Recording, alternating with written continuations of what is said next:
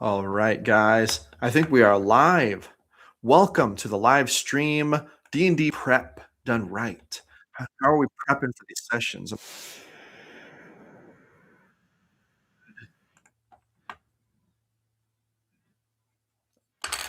Oh, is my audio not working so good? No, I think we're okay. All right. Very good. Very good. All right, and get rid of these bad boys. Hello, everyone. Welcome to the live stream. Happy Friday. Live stream crew rolling out strong. Stewart's in the house. We got Dirty Socks. We've got Garrick. Hey, Garrick. I'm happy to hear that you're out of the ER, my friend. I hope everything's going okay. It is so unfortunate to have to go to the ER for any reason. Blue Rose Line is in the house. We've got Sickled Blaze, word, hello, Darth Vader in the house. Welcome, everybody. We're talking about session prep, guys. This is going to be an important one. I've really, that was my wife, not me. Yeah, I didn't want to, I didn't know if you wanted me to say specifics on the live stream. I just know that you were in the ER and I wanted to say that I hope everything's going good. Crossheart in the house, excited for this. Session prep is super important. It is, friends. It is. And I'm going to start off by saying this. I have to preach to myself sometimes, guys. Sometimes I do not do enough session prep. I will admit. I admit. I I'm an improv person. I love to improv, but I also know that a strong session prep before the session leads to stronger improv. We know this is true. Garrick is always saying this. Garrick is always pushing this, and he is right, right, right. And this is my weak point, guys. Well, it has been, but I will admit, I think I've been doing better as of late. And I'm going to go through my session prep, and I want to hear what you all think about this. Now, I do want to say something. Arethico is in the house. Hey, Arethico, great to see you. Happy to see you. Bert's in the house. Hey, y'all. Happy Friday. Happy Friday, guys. It's a good Friday. It is my second, it's the end of my second full week back in self-employment working for myself, guys. I'm no longer at the job. We're back in the studio full time. Let's see if we can keep the bills paid. Let's see if we can keep the lights on, guys. That's why we're starting out strong, but is it strong enough? We're going to find out for sure. But I love this game. I love this YouTube game. I love running the paid D&D games. I love all of it. It is what I love to do. I wake up every day pumped for what I'm going to get to do today for work, and I work a lot, much to the displeasure of some of the people who'd like me to spend more time with them, which I really appreciate all the good people in my life. Crossheart says, I like to know the background where the players are going and what relevant NPCs are doing. Once I have that in my head, I can handle curveballs the players throw better. Absolutely.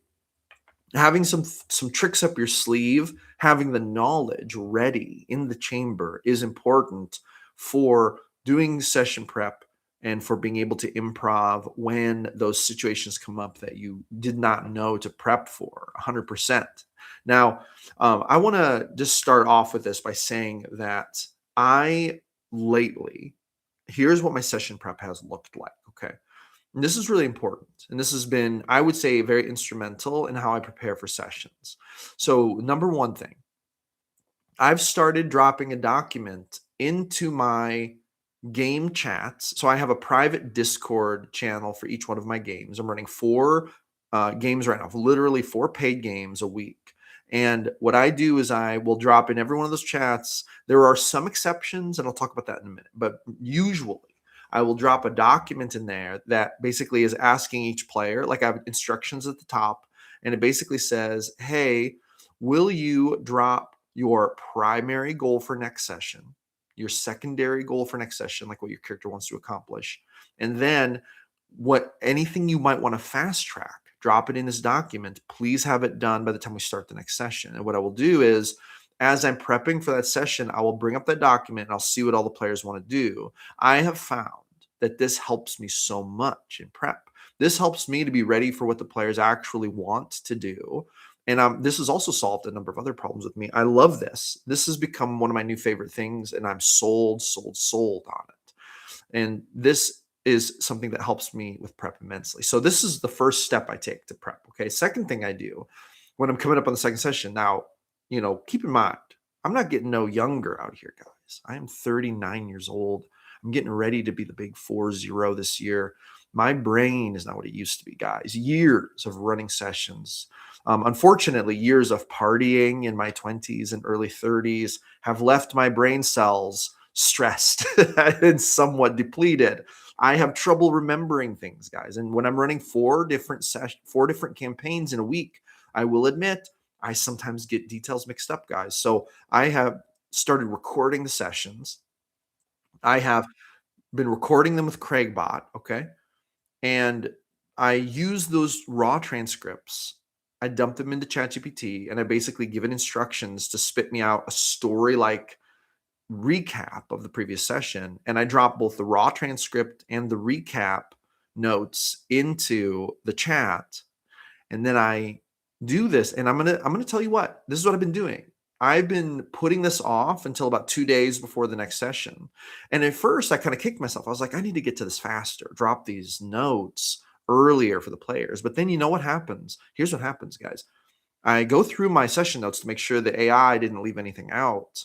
And as I'm reading it, I'm getting refreshed on what happened. And this is prepping me for the next session. I may remember little details. Uh-oh, I remember they did that now. Like if I forgot something, which I do forget things sometimes.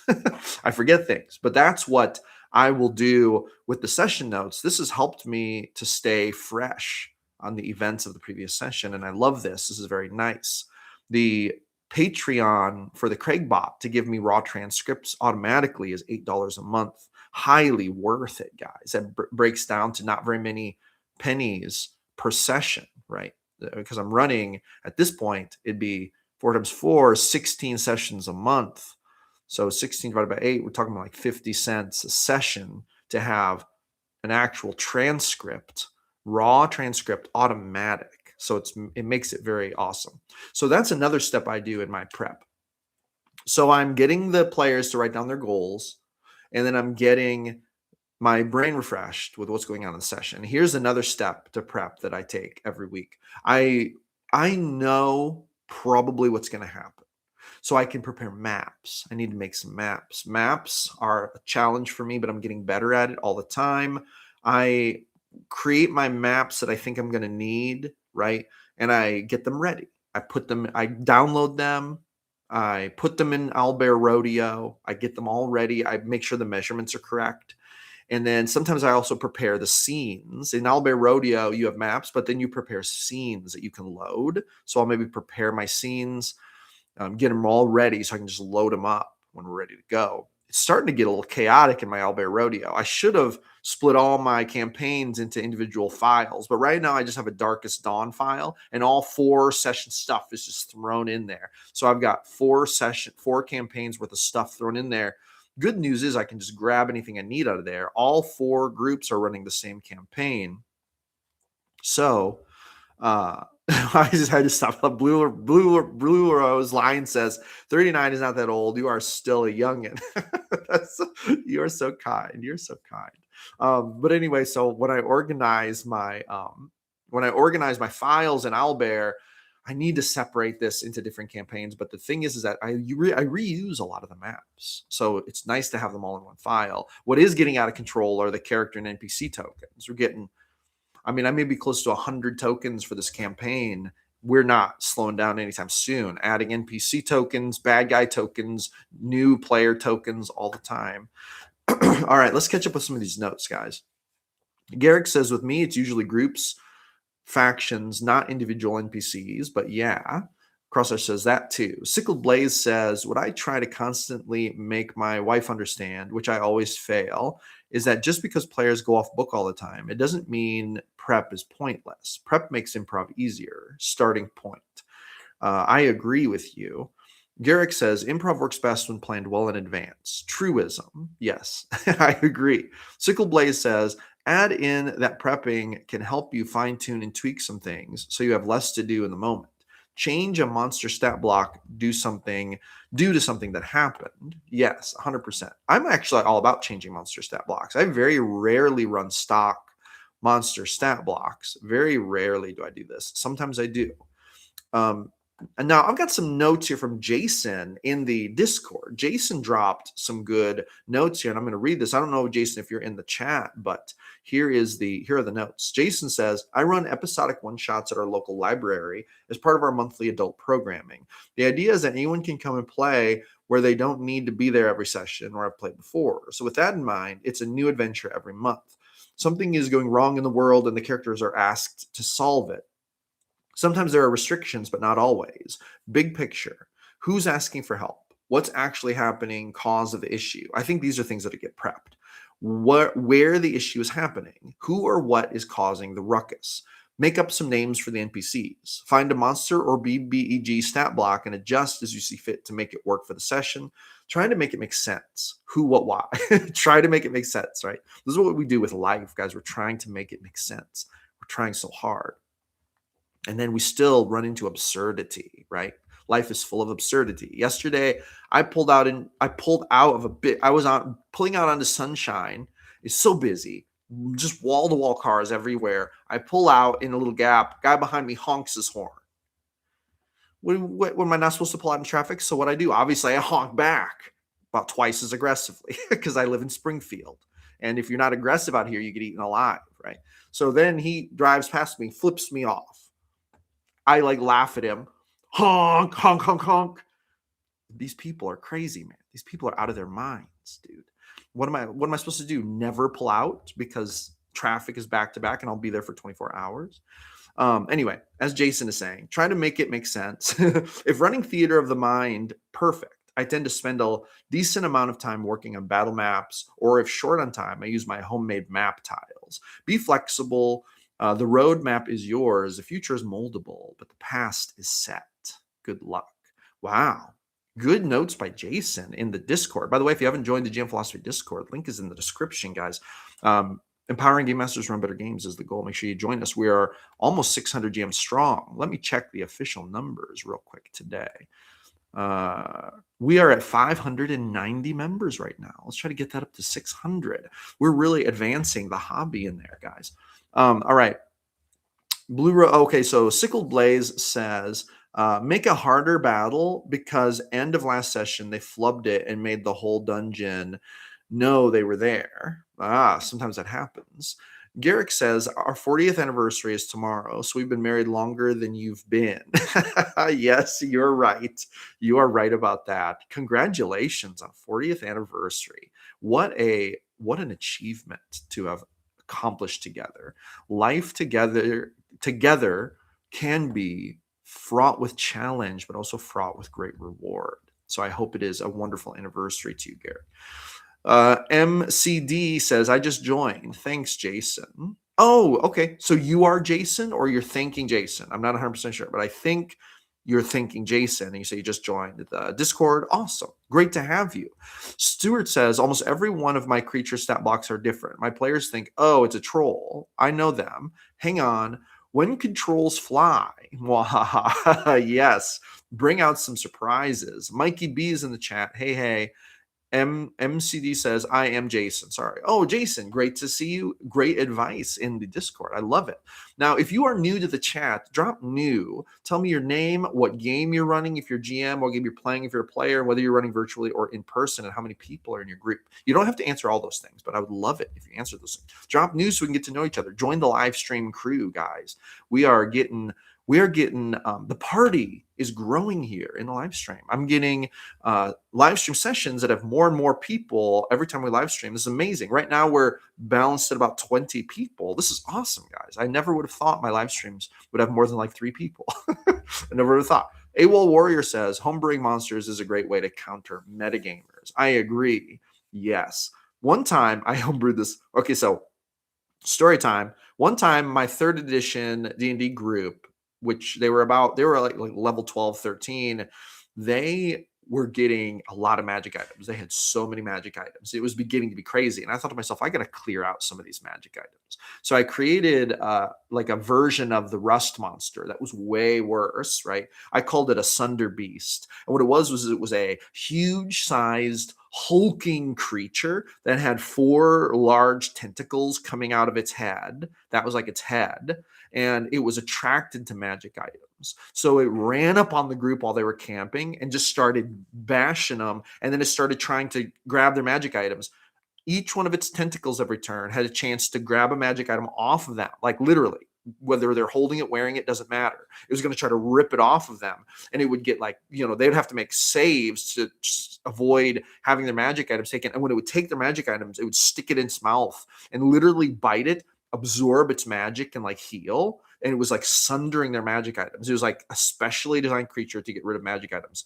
They were so mad at me, guys. They were so mad at me. I had one player almost rage quit that session, but they killed it. But boy, were they mad, and I don't really blame them. That was a dirty thing to do. But to this day, I would always say, I always joke around with my friends. Remember that Sunder Beast? And they'll be like, "Screw you, leave right now." That's what they'll say. Anyway, so AWOL Warrior says homebrewing monsters is a great way to counter metagamers. Absolutely. Mikey B says, my prep varies significantly, but probably averages 1 hour of prep per hour of play for an online VTT game. I will admit that's a lot of prep. That's what I would say I used to spend on prep when I was running in person and I had like a bunch of people, and I was prepping a lot in those days because I was new to improv and I was slightly worried that if we ran into uncharted territory, the game would flop. I was very stressed about this. Then I started, because these players just went all over the place, and this was during my mid to late 20s when I was becoming an intermediate game master, and I started to realize the players don't do what I prep anyway. It never goes the way I planned anyway. This is when I was starting to realize that, guys. I didn't have online groups to read. I was just doing this myself in my kitchen. I was reading, I had the 3 core 3rd edition D&D books. This was it, guys. No guidance, no leadership. I was just trying to run games for my friends and have fun. I eventually figured out, players are going to do wild, different stuff anyway. May as well learn to improv, prep a little less, prep what it needs to be done, prep for improv, as Garrick says. Mikey B says, I generally only homebrew special monsters, unique-ish types, but I reskin almost everything. I love that. Mikey B says, oh man, that magic item meter sounds awesome. It's called a Sunder Beast. Trademark. Yes, I loved it. Oh, I loved it so much. It made me so happy. It was so fun. So Garrick says, I invented a max level thief named Jeff to relieve my party of some excess items. They hated that also. Yes, I understand this. This is kind of off topic, but it's kind of on topic. I one time had one of my players, somehow they got a hold of a baby gold dragon, right? It was a bronze dragon, a baby bronze dragon. And this little dragon, she thought to herself, oh, I'm going to have a pet dragon. No, she ended up being the pet.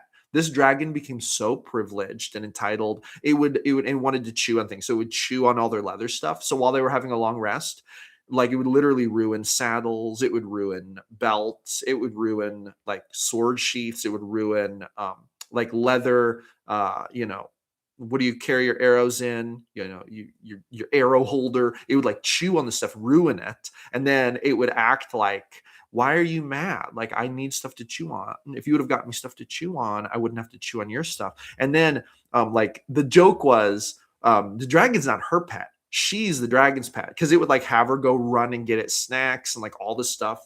But then it ended up being quite a formidable part of the group, and it helped them defeat enemies. So it was really cool, but it was just funny, that role play dynamic. This dragon was so hard to please and so intelligent, and it was so privileged. It was just a really funny thing. Crossheart says, my prep is to make the session run smoother. Relevant location, scenario details, quick monster stats and attacks, treasure, etc. I handwrite it all the day before, so it sticks. I love that.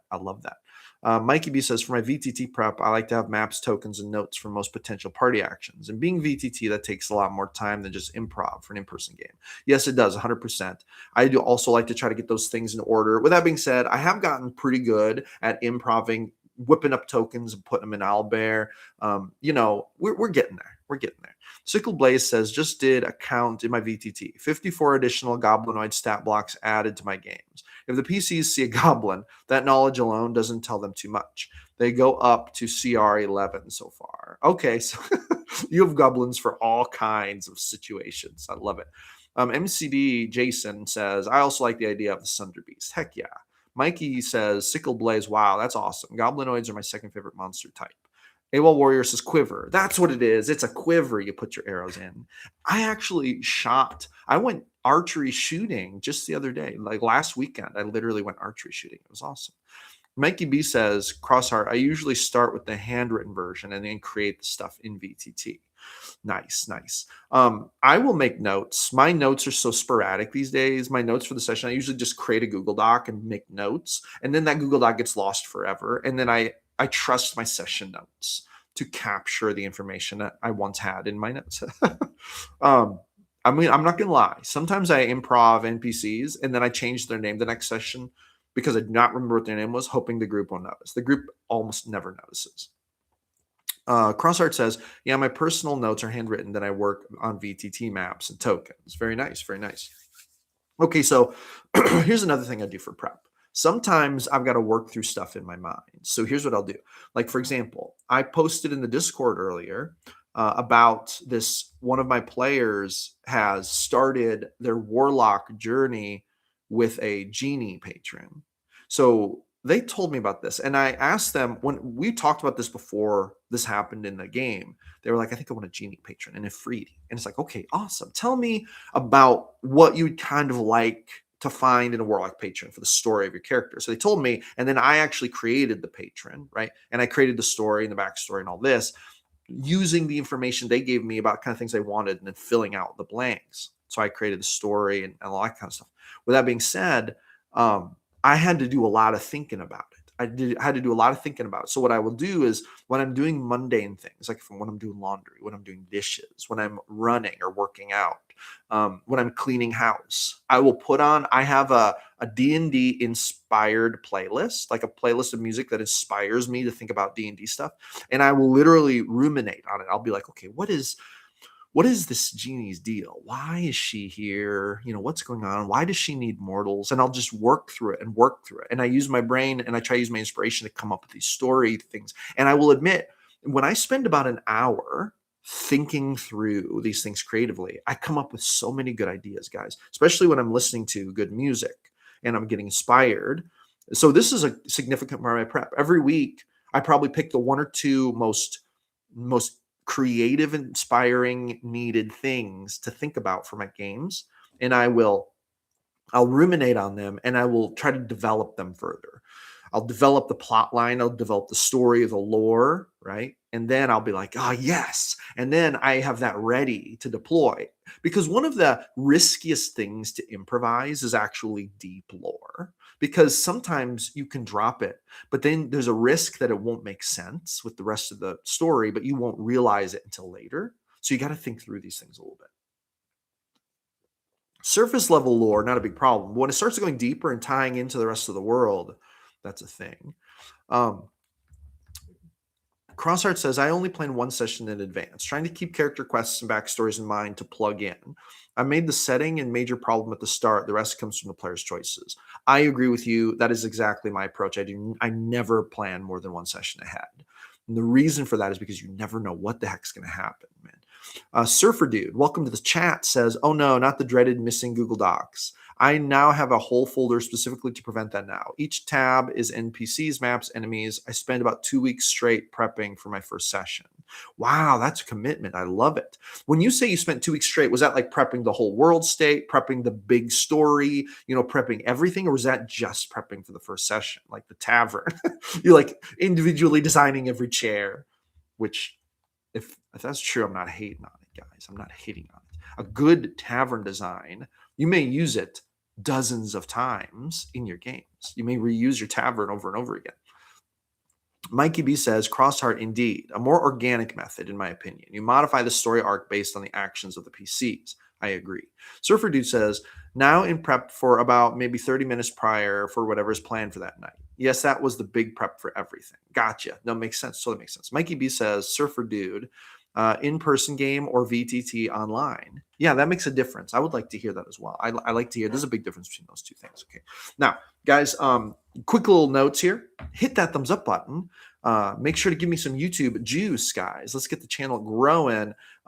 Make sure to grab my book, The Advanced Art of TTRPG Game Mastery, Deep Philosophy, Insights, and Tactics for the Experienced GM.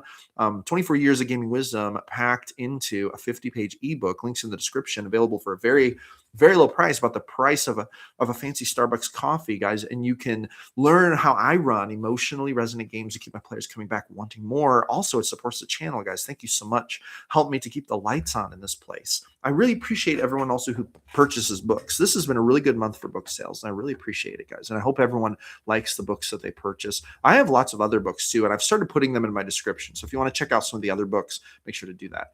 Anyway, Sickle Blaze says, I had 596 NPC ideas written into Google Sheets on Drive that had everyone's name, race, possible class, possible relation, anything special, any quirks. Then it was dumb, didn't back it up.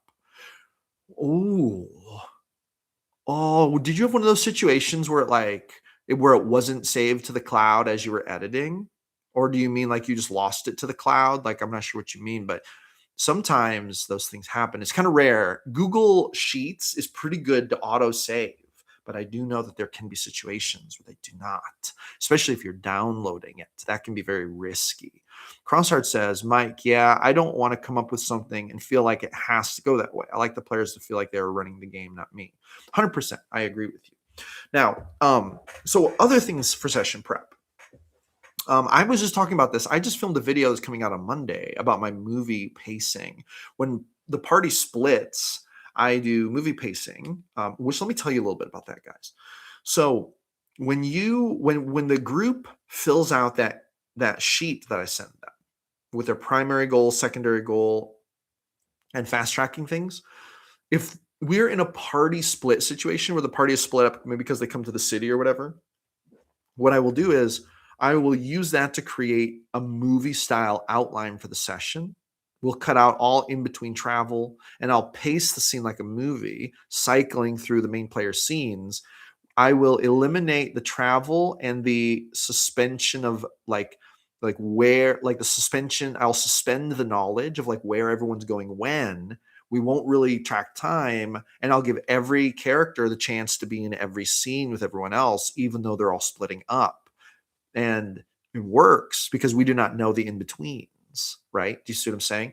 So I will prep this ahead of, when the group is splitting up and they are in a city. I'll prep this outline, and I'll literally go through the session as an outline, hitting all the big stuff. This is what we're doing in my 1 a.m. session coming up on Monday. We are running a movie pacing scene because they're in a city, and once again, they've all split up and they have their own things they want to do. So we're going to go all through it like that. But I'll prep that so focused that I will literally give time. So it'll be like 15 minutes for primary scenes, like 10 minutes for secondary scenes, and then like 6 minutes for like basically fast track scenes that I want to role play through just a little bit, right? I'll start it with like a cliffhanger scene where I'll have something weird happen to one of the players that'll forebode the big come together scene at the end. And then usually at the end, there'll be a big come together scene where there'll be like there'll be like the combat, or there'll be a big role play moment or whatever it is, right? So I will prep those sessions, and actually I really enjoy those sessions, and I found that that's a great way to handle party splits. Sickle Blaze says, it got deleted at some point. No clue when. I was returning to it after a while to flush out a larger city and noticed it was gone. I spent a very long time trying to recover it. Couldn't find it. This sucks. Dirty Sock says, I'm going for a coat rack design. Prep mainline is the big plot with different instances that could be dropped in the sidelines. I like that. Surfer Dude says, it started as an in-person one-shot.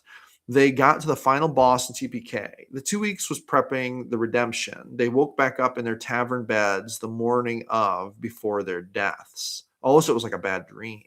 Crossheart says, have you ever run a horror suspense style session? How do you prep for that? Okay, so a horror or suspense style session actually requires, I think, more prep than usual. So here's what I'll prep running into one of those sessions. I will prep the atmosphere. I want to really prep what rooms there are going to be, what are in those rooms, and I want to put clues along the way. Clues are tricky. You should plan out clues ahead of time so that they make sense and lead to something meaningful. So you want to figure out what the horror suspense thing is. Then you work back from that with your clues, and you plant clues in your rooms, but you also need to strategize out your rooms. Those types of scenes where you want to create horror and suspense do require more prep. And the reason for that is because it requires an extra level of creativity to figure out how can I make this creepy? How can I make this suspenseful? Sometimes in the moment you might come up with something, but I will be honest, if you spend time ruminating on this, you will come to find that you will do a better job of coming up with better stuff. This is what I have learned, and that's how I'll prep for those sessions. Like, I just think through. I try to do my best to think through, how can I make every room a little creepy? What's a new thing they can find in every room leading up to the big thing? And then how am I going to unveil the big thing, the big horror, suspense, monster, ghost, whatever, you know, that's how I think about that. But I do a lot of prep on that. Mostly that's rumination. While I'm cleaning the house and listening to music, I'll think, what can I do in the main room? What can I do in the bedroom? Like how could this creature kind of like reveal itself a couple times, or they see clues about it? And then I don't want to give away too much, but I also want them to have a chance to be like, oh, what is that? To suspect what it might be, that kind of thing. Surfer Dude says, with no in-character recollection of events, and the world after they started exploring was twisted because of their failure. Same, but different. Think Groundhog Day, but Twilight Zone. Ooh, that makes me think maybe alternate reality, or maybe timeline fracture. These are things that come to my mind. Both of these things go on in my games at actually quite regularly. All right, guys. So this session prep stuff, there's a question. How far could we go with no session prep? How comfortable are you with just improv? Like, if you just sit down, blank slate, you sit down with a group of strangers, how comfortable are you just launching into a game, complete improv? I am very comfortable with this. I've actually done this a number of times. Me and my friends have. However, there is a limit sometimes to how good some of the material is if I don't prep. Okay. Dirty Sock says, to further outline, I will use the backgrounds and agendas of the players to create cool side plots that would hook them if they come across. These are exchangeable by the instance, hence the coat rack. Nice. I like that. Bert says it would be no problem. Nice. Jason says, I agree. Sometimes just ruminating and going over your idea is very helpful. Yeah, I agree. Dirty Sock says design. Crossheart says, I would want a basic premise in mind to give myself direction. Very nice. Understandable. Garrick says, I could do a whole 7-hour session on prep, but the quality would suffer a lot. Okay, no, that makes sense. Totally makes sense. All right. Everyone, if you're new in the chat, drop new, introduce yourself. I'd love to get to know you. Join the live stream crew here. Make sure you smash that like button, guys. Make sure that you drop your questions, queries, hot takes into the chat. Let's keep the conversation going. I've basically shared my prep, but I'm down to hang out. I'd like to talk more about some of these questions and ideas that are popping up. I love to hang out on the live stream and do cool stuff. So let's keep the conversation going. So one thing that comes to mind for me is magic items. So I will be honest. I get myself into trouble sometimes when I try to improv magic items. This is another thing that I'd like to prep. It's really good for me to prep magic items before. And what I've been doing lately actually is, instead of prepping a lot of magic items, like if the characters are going to get a reward of some kind, I would rather upgrade one of their existing items, make it better. And I've even had players request this. And I love it when they do this, because I think that is awesome. I think it cuts down on like kind of magic item bulk scatter, like where you have a bunch of kind of small magic items and you're not really going to use them all. So maybe you get one item that's a little better. I think this, as a player, I would prefer this. I know. But also, it just cuts down on kind of like just this scattering of magic items. But I will also admit, guys, sometimes I come up against a wall when I'm imagining magic items. And the reason is because I will admit I don't like writing technical magic item descriptions. I do not like it. Like the kind of descriptions you find in the DMG. I don't like it. I don't know why. I hate it. I hate it. I instinctively always want to leave magic items vague and ambiguous. That's my instinct because I kind of feel like I want there to be a mystery about it. But in D&D, you kind of need for the magic items to have, descriptions of how they work, at least to a basic extent. So I'm not gonna lie to you. I use ChatGPT for this every single time when I homebrew a magic item to give as a reward, which I usually homebrew magic items. Usually, that's what I do. So I'll tell ChatGPT my basic idea and have it create me a stat block, which I will then heavily edit. Not a stat block, but like an instruction block, which I will heavily edit because usually ChatGPT doesn't do a great job of giving me exactly what I want because I gave it such a vague idea. But I'll edit and then I'll be like, fix my edits, and boom, that'll be the final thing I give the players. And that is how I roll with the magic items. That's how I prep them. Dirty Socks says, hit that thumbs up, everyone. And if you haven't joined the Discord yet, we have awesome conversations, creative contests, and a free e-magazine designed by people from the community. Reason enough to join. Hell yeah, I agree. Crossheart says, I love random rolling magic items as treasure. It gives me ideas from stories, like why it was located here and why was this person holding it. I like it. I like it. Garrick says, so make 2 descriptions, one you let the players see and the one more specific that is for you. Sometimes that is what I do. But the thing is in D&D, they can cast Identify on a magic item and pretty much learn what it does. In my games, sometimes there is a hidden level of abilities, but if they cast Identify twice, they unveil that second level. So that's how you identify cursed items in my games, is you have to cast Identify on an item twice, and then the second Identify will reveal the cursed level. But you have to do it like right away. Surfer Dude says, I agree with Garrick. It would be a great intro or fun episode for a one-shot. I don't know how I feel about 0 session prep for an actual campaign session. So I have done it before. Sessions are better when you prep a little bit. I admit, that's what I'm saying. Some of this is me preaching to myself about what's going on. Like I will be tempted to go 0 session prep. I'll be tempted to do that. It probably shouldn't. Sickle Blaze says, there is a set place where one of my groups will find a god's item that no one can use. It's fixed, so not against the party, but they do know people who would like to keep it safe and they can trade it. Interesting. There's a set place where one of my groups will find a god's item that no one can use. Interesting. So when you say no one can use it, is it like Thor's hammer? That like they just don't meet the requirements or only the god can use it, but it's very valuable, obviously.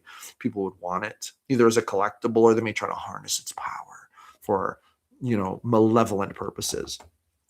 That's actually really cool. That's super cool. Okay, so Crossheart says, I've run no prep sessions as role-playing downtime between quests. Whatever the players want to do during downtime, that's what the session is about. Yeah, no, that's cool. And a lot of times that leads into things. That leads into inspiration for plot arcs, right? And Crossheart says, then I try to find ways to tie it into the main plot. No, 100%. No, that's awesome. And that, like I said, that leads into plot arcs that you may not have thought about before. That may lead into cool interactions that you never would have thought of, lead into creative inspiration for putting something in front of them that you didn't think about before. Just as they're walking around doing stuff, you think of it. Sickle Blaze says, armor that no one has that proficiency, but they can trade it for an item they do have proficiency for. They are on the hunt for the items to prevent the bad guy from getting them. Oh, yeah, no, that makes sense. Totally makes sense. Okay, so when it comes to magic items that people can't use, I think that it's cool to find magic items that are really powerful, or to prep magic items that are really powerful, but that have a huge drawback. Like they deal a bunch of damage to you when you use them, or they like literally inflict some grave, terrible cost, but they're really powerful. Like I haven't actually had this item before, but like what if you gave them a ring of wish, but every time they use it, they random roll which stat on their 6 main attributes, and then they roll a d6 and they suffer that many, like they have to subtract that many numbers from that skill, or not that skill, but that attribute. So let's say they have an 18 strength, then they roll a 4 on the d4 when they use the ring of wish. Now they have a 14 strength, not an 18. it permanently takes away stat material, right? So these kinds of magic items that have great power but inflict great cost, I think these are cool. And I usually like to put a cost on my more powerful magic items. I'll also do this with homebrew feats. Sometimes all players want to have a homebrew feat. They'll be like, hey, I need a feat that'll let me do this, blah, blah, blah. And I will say, okay, you can basically have that feat for free, but it's going to come with a cost. And then I'll tell them, like, we will engineer a cost so it gives them a benefit, but it also gives them a drawback. So I'll try to help players customize their characters like this. I think this is cool. So MCD Jason says one of the last quests was to help find a lost shipment of weapons. The weapon masters made all their wares from stone. They defeated the stone dragon and found the legendary magic item. They each got to choose a magic stone weapon as a reward. Nice. That's cool. Did they get to, like, was it like, here are 6 weapons, each of you claim one? Or did they get to choose it and then they would get the magic item forged in the form that they desire? I think this is a cool thing because then obviously it lets characters like kind of customize it, but also sometimes it feels cool to just find a cool magic weapon, even if it's not the kind of weapon you usually use. I think it's kind of cool sometimes. Excuse me. All right. Crossheart says, I highly recommend running a brothel as a social encounter, trying to get info while being accosted by the workers. I gave my players an luck point if they got lucky. That's awesome. And yeah, brothel scenes are super cool. I love like tavern scenes, brothel scenes. I love a good fortune teller scene. I use these a lot, actually. In fact, there's a book you'll find a link in my description to a book called I think it's called the Fortune Teller's Guidebook. And it's a whole book of random roll tables and stuff that I use to run fortune teller encounters. And it is wild, man. But I love fortune teller encounters because you can do so many different things with them. They can be kind of funny. It could be like they're just getting scammed by someone trying to palm read them. It could be that a god speaks to them through the fortune teller. It could be that a demon tries to possess them through the fortune teller. There's so many cool things that you can do through the fortune teller. Okay. And in fact, I'm going to read just a little bit of this. So the Fortune Teller's Guidebook. Yeah, the TTRPG Fortune Teller's Guidebook. You can find this links in the description. But like I have 6 steps. So there's like step 1, prepare or randomize the setup, then engage the players. Then there's the actual reading. And I have like a Fortune Teller reading system, which basically consists of some random roll tables. Here, let me see about this here real quick. Yeah, so players roll a fate roll, and then the fortune teller rolls a fate roll, and then you compare or combine the results, right? So if the high player roll plus a high teller roll gets you one kind of result, the fortune is clear and potent, expect vivid symbols and near certain glimpses of what's ahead, that kind of thing. But if the player's roll was high and the fortune teller's was low, the subject is very receptive, but the teller's technique falters, leading to partial cryptic or misread thoughts, that kind of thing. And then step 4 is revealing the fortune. So I have like tables you can roll on for this. So like, for example, I have a D100 table for fortune teller descriptions. And it's just these are randomized descriptions if you're not sure what the player is going to find. So for example, option number 1 on this descriptions table is spider silk seer, a rail-thin figure draped in glistening black spider silk. Their long nails perpetually ink-stained from scribing cryptic symbols. Their whispers seem to echo as though spoken by multiple voices at once, right? So this is just like fuel for like basically improving the fortune, because that's one thing about fortune telling. You can use it to tell the story of what the characters are coming up on, or you may use it to open up a whole new thing, right? But anyway, you can grab that book. Links in the description if you want to grab it. Super fun, super cool, and it's very cheap. It's just an ebook that I made like quite a while ago. Anyway, with that being said, Surf Dude says, I've met a lot of mixed reviews on using AI. Personally, I think it's a great tool and use it as a sounding board to bounce ideas off of. It definitely helps with crafting personalized items. The players can earn or discover. Okay, so here's the thing about AI. let's talk about this because Surfer Dude, you brought it up and it's a good topic, and I think we need to talk about this.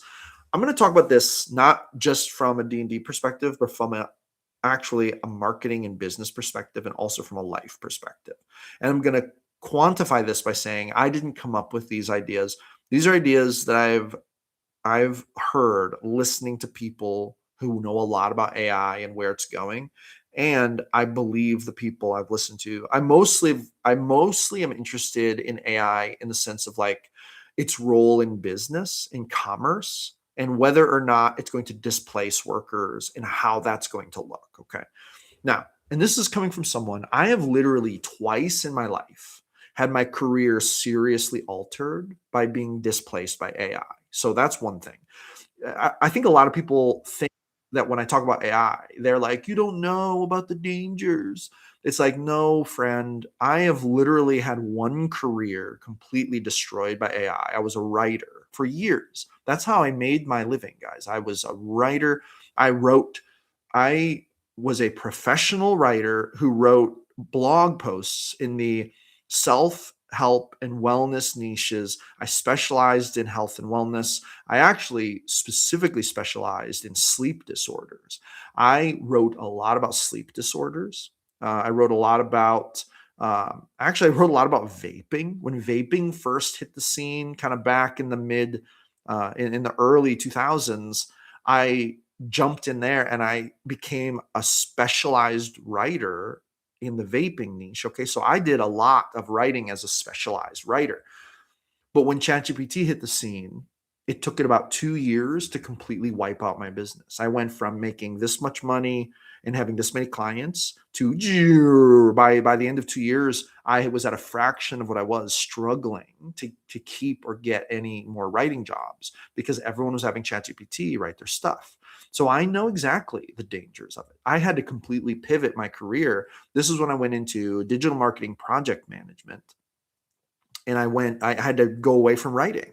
I was not at a place in my career where uh, I had enough demand for me that I could make it in an AI world, guys. I had not hedged myself that far. I wasn't that advanced in my career. I was more of an intermediate level writer, and ChatGPT replaced me. So then I become a project manager.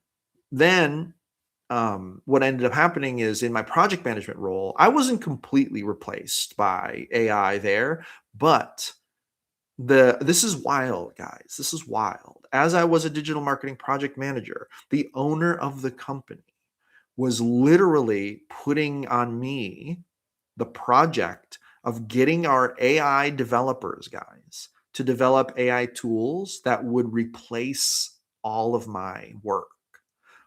And it like wasn't a secret, guys. He was like, yeah, my vision is all the work you do every day, we can have AI bots doing all of that, and we won't even need one of you. Guys, I'm not. This is a cold world out here, guys. This is my job. This is what I was doing. I actually quit those projects. I said I'm not leading those projects, partly because I didn't think they were doing it right and it wasn't very efficient. But guys, this is what was going on. So I am very, very viscerally aware of the impact AI is having on our jobs and marketplaces. However, here's the truth of it. AI is not going to take anyone's job. The people who know how to use AI are taking people's jobs. Humans still need to lead the AI bots. They're not capable of just launching themselves, right? So the job is changing. The job, it's like learning how to, instead of learning how to literally plant the garden, those jobs went to the people who knew how to drive the tractor, right?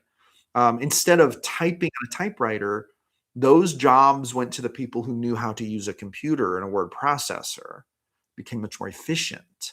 They didn't have to retype a whole page when they mistyped a letter. Now they could just hit delete and continue to type, and then they could print it out fresh and it'd be perfect, right? Save so much time, save resources. So this is how the market's changing. AI is not going away. AI is going to continue to get better. It's going to continue to make certain processes better, faster, more efficient. And there's a lot of overlap in the creative areas, writing, drawing, video editing is weird. AI is getting there, but it's not great at video editing yet. It'll get there eventually. Um, so this is what's going on. Now, when people are critical of AI in D&D, I think two things are happening. When people are critical of using AI for things like Dungeons and Dragons. Number one, I think that people are actually afraid of AI because they have an existential fear that AI is going to come for them. They're afraid that one day the job that they are doing to put food on the table will be taken by someone who's using AI bots. And since they don't know how to use AI bots because it's a brand new technology, then what's going to happen is suddenly they're going to be left with no recourse. They're not going to be able to go to that job anymore. They're going to have to maybe find another job that pays less. It's going to hurt their quality of life. All the work they did to get themselves to that place in life, they're going to get sent back, right? So this is scary. This is very scary. And I understand this because I lived through it, guys. I know what this is like. My life was seriously derailed by AI. Now, with that being said, instead of complaining about it being a victim, I pivoted. I said, I'm going to master this. I'm going to become the best AI user I can become.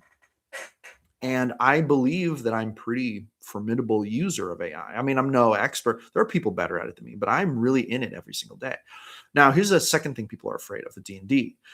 They're afraid, if we support AI creating all this stuff by letting AI take over the creation of our things for D&D, well, then it's going to sap the human soul from the game, but also it's going to result in a situation where because we supported its usage, it is going to take over, and then it's going to displace humans who are doing all that creative work.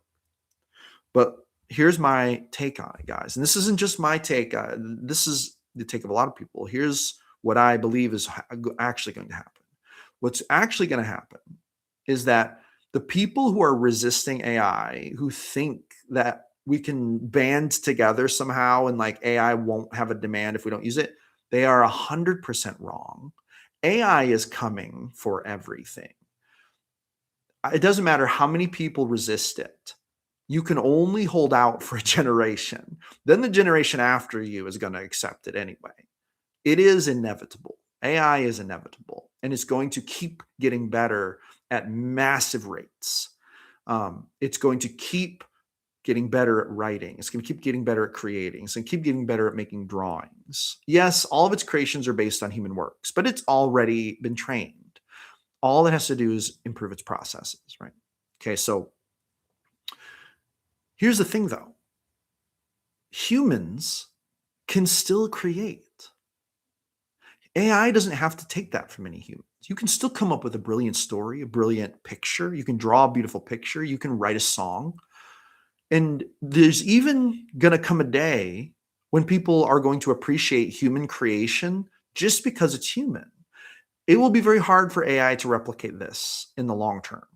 But AI is going to get really good at making stuff that people like. And here's the question. What determines the success of your D&D campaign?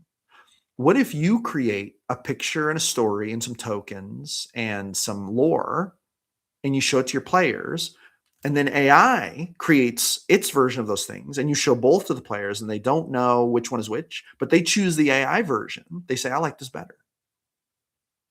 Does this mean that AI is now better at creating D&D stuff than the human? Does the market determine what is successful, right? In marketing, the right thing to do is what creates the most dollars on the other side.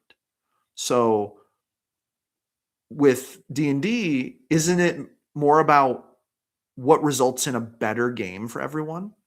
What if AI helps you to run a better game? These people who hold out and say, no, AI, no, these people who hold out and they refuse to use it, they're like basically trying to do some kind of like, by not using it, they're like having almost like a moral stance. But what if their games could be 25% better if they used all of their brilliant creativity, but then they also use the AI tools to help enhance it, make it faster, do the mundane stuff that they don't have to do so they can spend more time brainstorming, doing the creative work.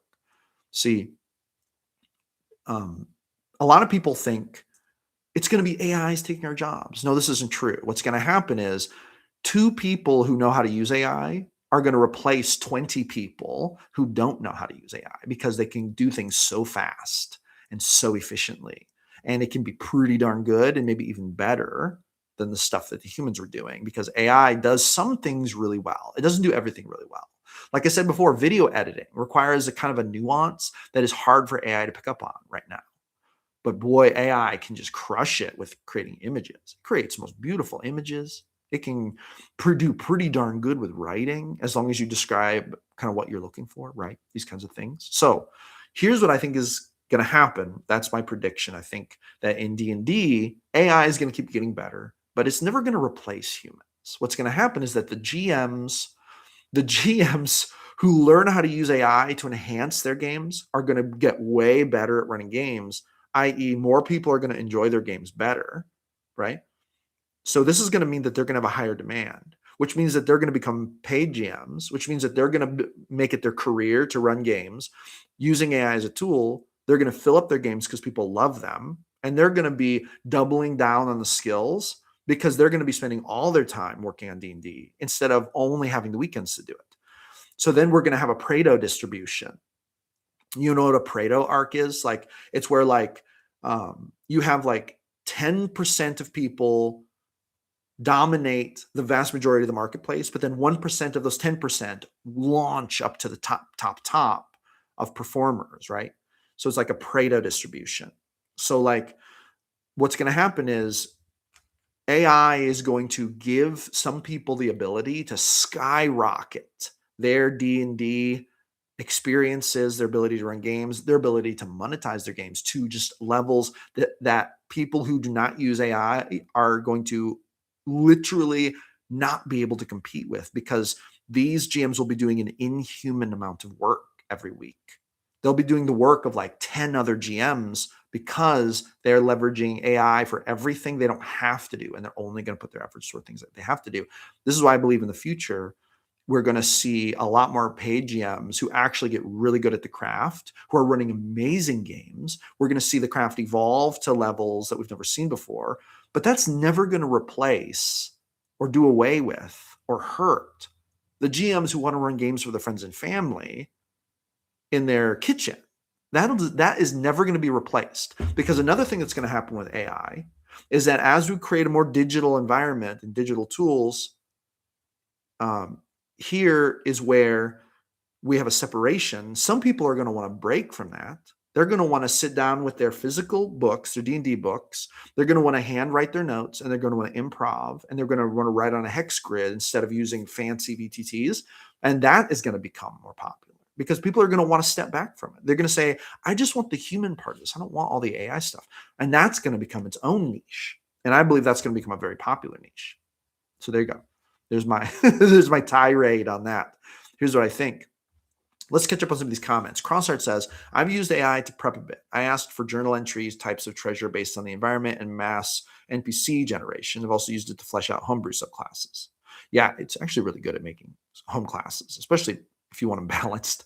It's also good for auditing suggested homebrew subclasses. Surfer Dude says, I like using it to make balanced monsters, corrupted gnolls, or Tolona variety plague toads, for example. The ideas are still mine. It's just a tool to realize the vision. No, totally. I agree. Stuart says, when I use ChatGPT to help me with dialogue and ideas, it often complements me. We work together. I have the creative and AI helps me improve it. 100%.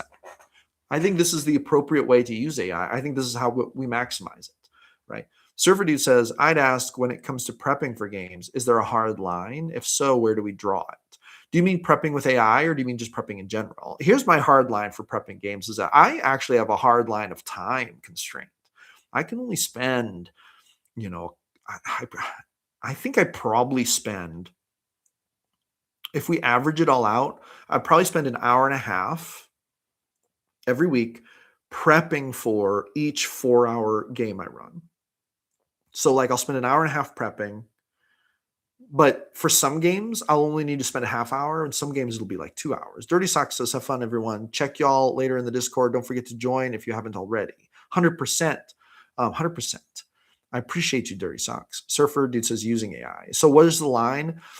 I would say the line is, if you rely completely on ChatGPT to come up with all of your creative ideas, you're probably going to suffer because you're going to be missing some human nuance. I think the line is, I need to make some creative choices and follow my instincts.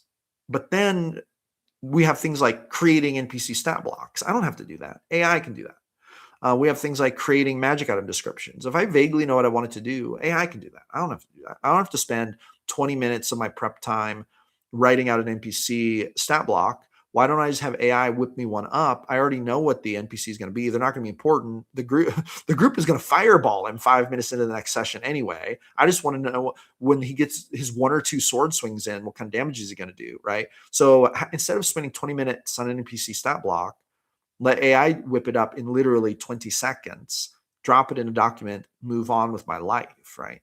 This is what I think AI is good for. AI can also be great for drawing things if you suck at drawing, like me. Another thing is, like, even if you are an artist, maybe it'll take you 2 hours to draw a beautiful picture of an orc princess. Okay, maybe you want to do that for the main orc princess. But are you going to spend 2 hours drawing every NPC in your game? Or do you want to use AI to generate portraits of the ones that don't really matter that much? So instead of spending 16 hours of session prep, you can spend 2 hours on the one NPC you care about and then let AI draw you the rest of them. I think that this is the line. The line is different for everybody, but it depends on what you want to do. And it depends on how good you are at maximizing your gifts and talents, and then using AI to leverage your time to make the most of the things you do best, while helping you to outsource the things that you don't have to do to help you make your games as good as possible, which at the end of the day, that's what we want to do. Crossheart says, oh yeah, I use AI most for NPC portraits. I get an idea for an NPC in my head and I'm not able to create it myself. Oh my God. Do you know what my my drawings of NPCs would be nightmare fuel? They'd be like line stick figures that look disfigured. And like they're some strange creatures from a stick line dimension. Is what it would be. Actually, maybe should run that game. I should maybe run that game. It might be fun. All right, guys. Thank you so much for coming back for another live stream. Make sure you hit that thumbs up button. Make sure you grab my book, The Advanced Art of TTRPG Game Mastery. Link to that is in the description. Level up your games, level up your emotional resonance, keep your players coming back wanting more for the price of an expensive cup of Starbucks coffee. And make sure that you join the Discord. Links in the description. I appreciate all of you. Thank you for the great conversation. Fantastic conversation. These live stream conversations keep getting better. Guys, I will be back on Monday for the Monday live stream. I will see you all then. Have a great weekend, everybody. Catch you on the next one.